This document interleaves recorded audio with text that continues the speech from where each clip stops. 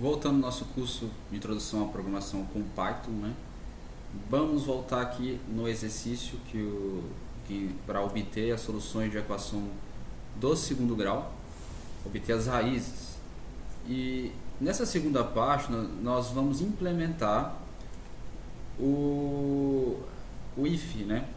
Agora você me pergunta, mas por que eu tenho que implementar o if? Por que eu devo implementar o if nesse programa? Bem, eu coloquei alguns valores aqui alguns parâmetros e eu vou botar esse programa para rodar. Repara o seguinte, acabou de aparecer um erro aqui, né?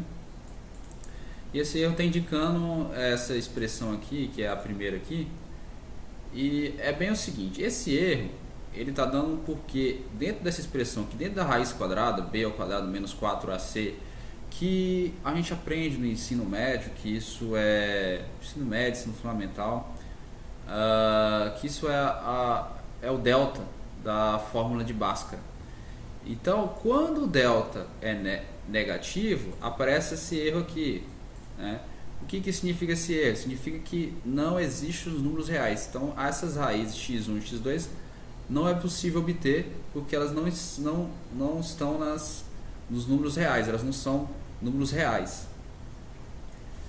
Então, o que nós devemos fazer? Então, nós precisamos fazer um programa que faça que não ocorra esse erro, né?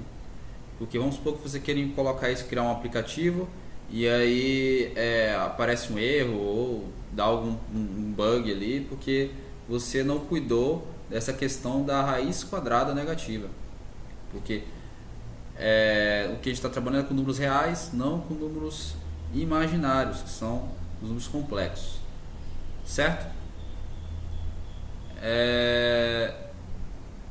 Vamos continuar aqui. E aí, o que nós vamos fazer? Vamos experimentar o if. Antes disso, nós precisamos criar uma variável, que é o delta.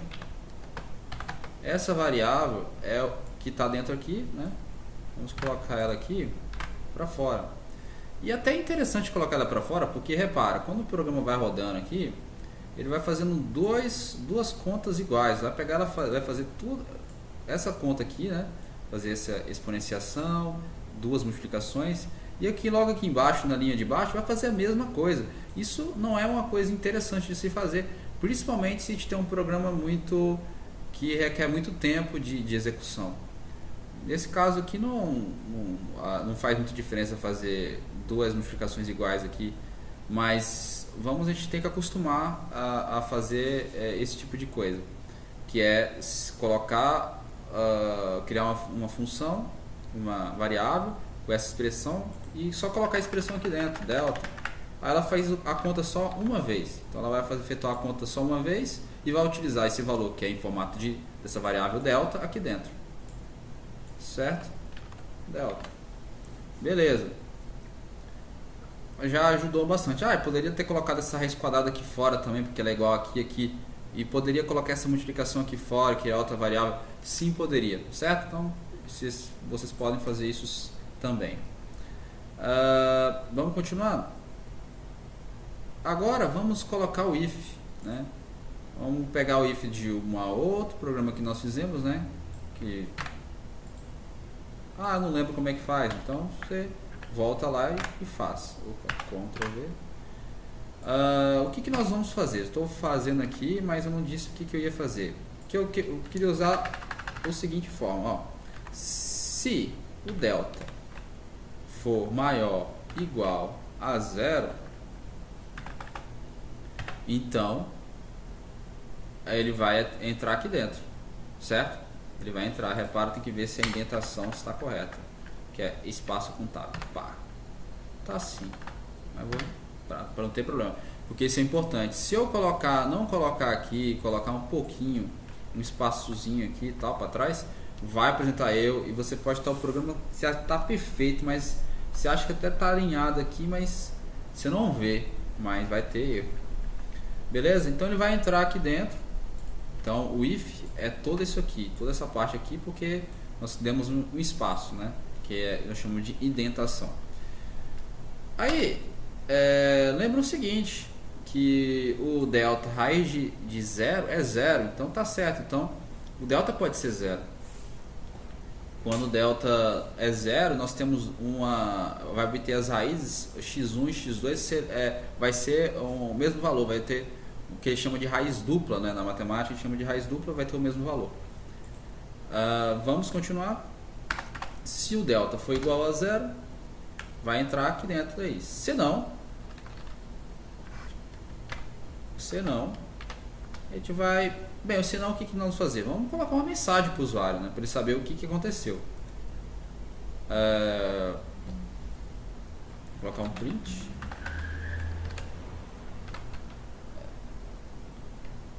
Colocar aspas. Aí, vou colocar: não existe os números reais. Não existe os números reais. Então, ó, não esqueça de abrir e fechar aspas, né, que é uma informação aqui. Não existe os números reais.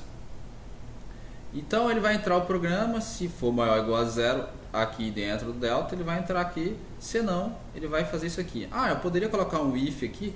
Poderia também colocar um if, só que aí na condição de if menor do que zero. Você poderia, se quiser, pode fazer esse teste, você vai ver que nós vamos obter o mesmo resultado, certo? O if é interessante usar o else assim para ficar até mais legível, né? Para outra pessoa for pegar seu programa ou você mesmo olhar, você fica mais claro se é isso, se é isso, se não vai ser isso.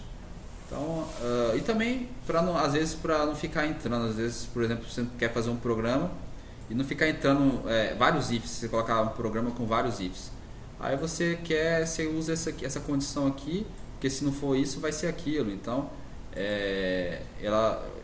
à medida que vocês vão pegando prática, isso vai ficando mais claro a utilização do else.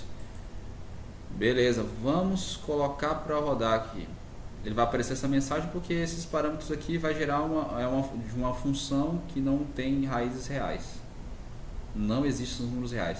Esse aqui é o local do arquivo onde está. Ele também dá o print aqui, mas é do local onde está armazenado o programa. Então eu vou só dar para não ficar mais claro, eu vou dar um print aqui, ó. Print. Sem nada. O que significa isso? Vai dar um espaço daqui, vai dar uma linha. Deixa eu botar. Olha, ó, não existe números reais. Então dá um espaço aqui a mais para ficar mais visualmente mais interessante. Vou colocar uns valores que vamos colocar valores aqui que a gente já utilizou.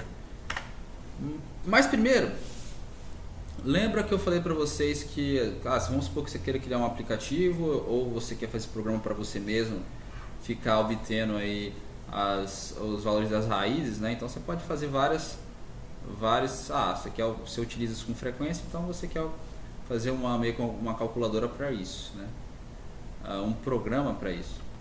Então, eu vou pegar e isso aqui para a gente ter o usuário ter acesso ao programa, né? Você tem uma interface entre o usuário e o software. Ctrl V. E aí você tem esse input que vai aparecer lá para o usuário alguma coisa, né? Então,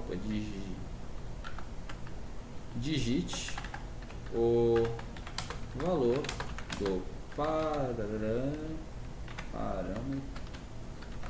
A. Digite o valor do parâmetro A.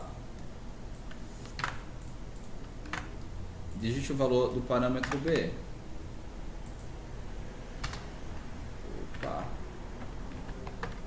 Digite o valor do parâmetro C. Então o programa vai agora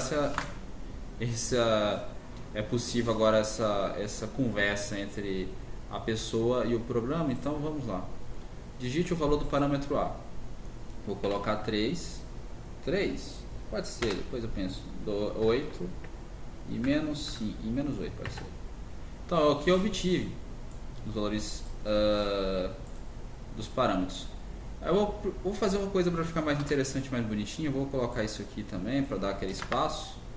Oi, droga. Ctrl Z, Ctrl C, Ctrl C e vou fazer isso aqui. Ctrl V, os valores das raízes são.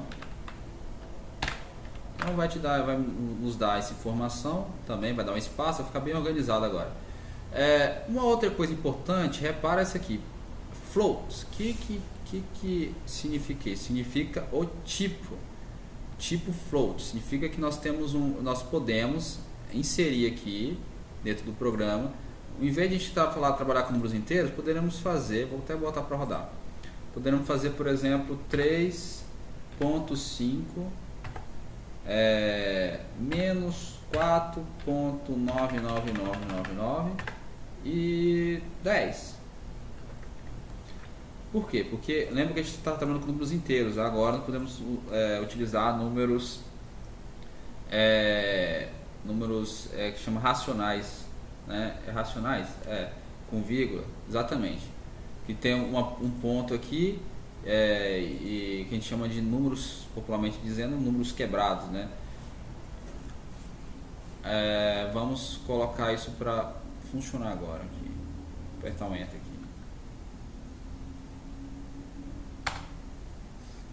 Não existe número, existe nos números reais. Então você pode até criar aqui duas mensagens, por algum motivo assim a delta é negativa, você pode informar. Então criar eu quero colocar um valor aqui que é possível ver.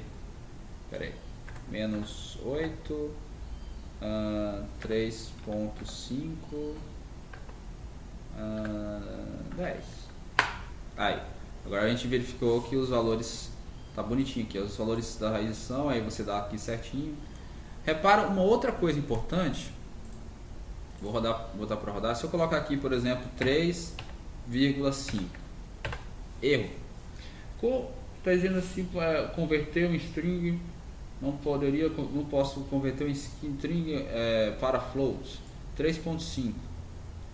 O que significa isso? Significa o seguinte: o Python, o número 3,5, que é pra gente aqui no Brasil, como se é o ponto. Então você tem que substituir o ponto pela vírgula, né? Tanto é que negócio americano, né? Ponto, vírgula, tem isso também nas calculadoras e tal. Então você tomar cuidado na hora que você for inserir aqui, você inserir e tem que colocar o ponto. Aí você pode até criar o programa aí, ó. Isso aqui é um erro, né? Típico. E que você pode diminuir esses problemas do seu programa para não ficar aparecendo aqueles bugs no programa. E aí você pode implementar essa questão aqui. Se o cara colocar uma vírgula aqui, você pega e informa para ele: isso tem um erro, seu programa está errado, troque a vírgula por ponto. Então você pode criar essas outras coisas e verificar seu programa para vários tipos de situações, certo? Então era isso que eu ia falar para vocês. Então até a próxima.